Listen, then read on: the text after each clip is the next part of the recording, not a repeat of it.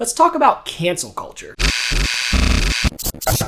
Hey, welcome to The Big Idea, a time every week where we take a few minutes to wrap our minds around one big idea about life and Jesus. And today, we're talking about cancel culture. Now, if you've never heard of cancel culture, if you're not sure what that is, let me try and explain it.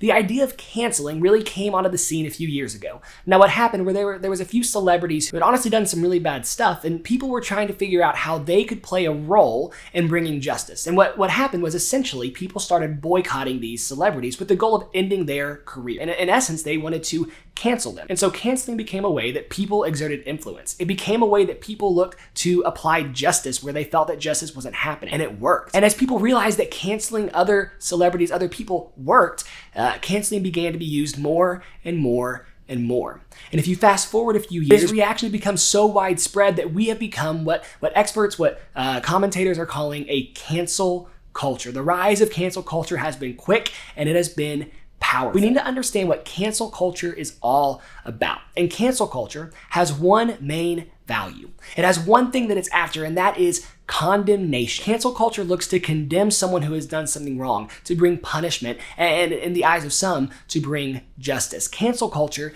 is all about condemnation. Here's where things get a little bit tricky. It seems that we're beginning to buy into the message of cancel culture, and that's this.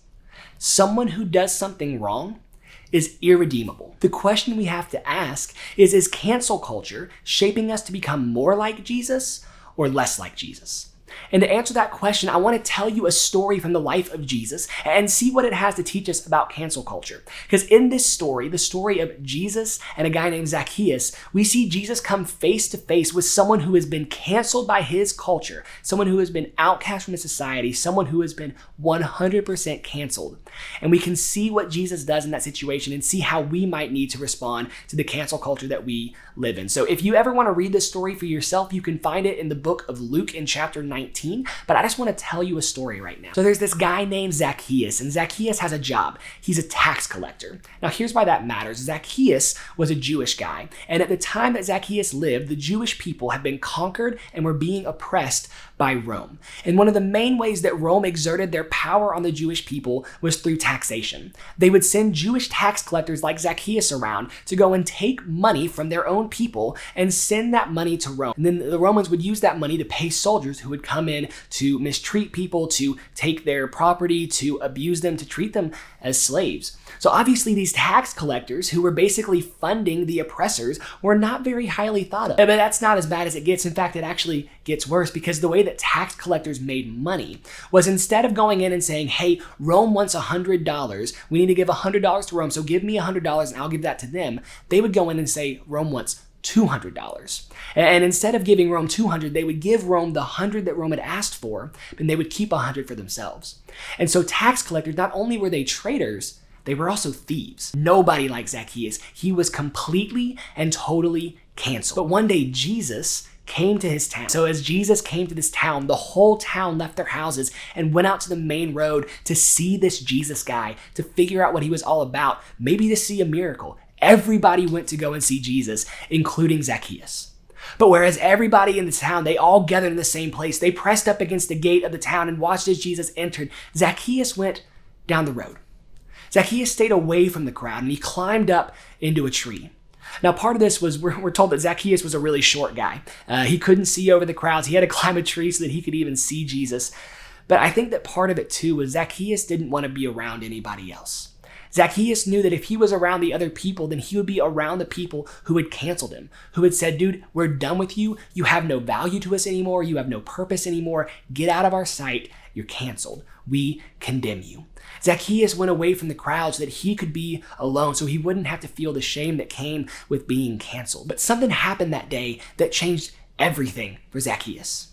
See, as Jesus walked into the town, he walked past the crowd, he walked past all of these fans who were cheering for him and calling his name, and he walked straight up to the tree where Zacchaeus was watching from. And when Jesus got to the tree, he looked up, he said, Zacchaeus, get down here immediately. And man, I have to think that for Zacchaeus, that had to be a moment where his heart just dropped, where he panicked. Because when he heard those words, he had to think that as he came down from the tree, Jesus would immediately begin shaming him. He would immediately begin canceling him, just like everybody else had. I mean, Jesus had every right to, right? He was a traitor. He was a liar. He was a cheater.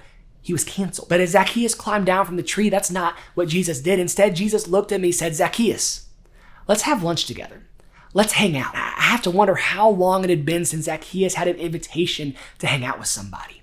After being canceled for so many years, here was this guy asking to spend time with him. And so Zacchaeus welcomed Jesus into his home. He fixed him a big meal. They sat down, they ate together, they enjoyed time with one another. And at the end of the meal, Zacchaeus, this traitor, this cheater, this liar, this thief, this guy who had been canceled and told that his life was worthless, he said, Jesus, after this meal, I am going to change the way I'm living. In fact, I'm going to give away half of my money. And man, I'm rich. I'm giving away half of it to the poor to make sure they can have a better life. And if I've cheated anybody out of any money, which he had, that's how he got rich, he said he would give back 4 times the amount that he had taken from them. What changed? What about Zacchaeus' life was so radically changed by one meal with Jesus? And I think the answer is this. When Zacchaeus met Jesus, he didn't meet someone who was looking to cancel him. He met someone who was looking to redeem him. When Zacchaeus sat down with Jesus for the first time, maybe in years, someone said, hey, I know you've messed up. I know you've done stuff that you aren't proud of. I know that everybody else thinks that you are over with, no good, worthy of being canceled, not good for anything else. But here's the thing, I can forgive you. Here's the thing, I think you still can bring something to the table. Here's the thing, I think your life still has purpose, and I can forgive you and I can redeem you. You see, cancel culture is all about condemnation, but kingdom culture, the culture that Jesus established, the culture that Jesus taught us to live under, is all about redemption.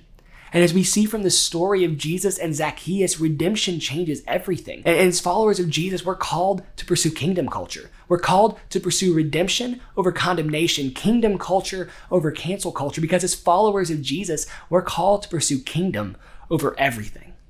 And that's the big idea.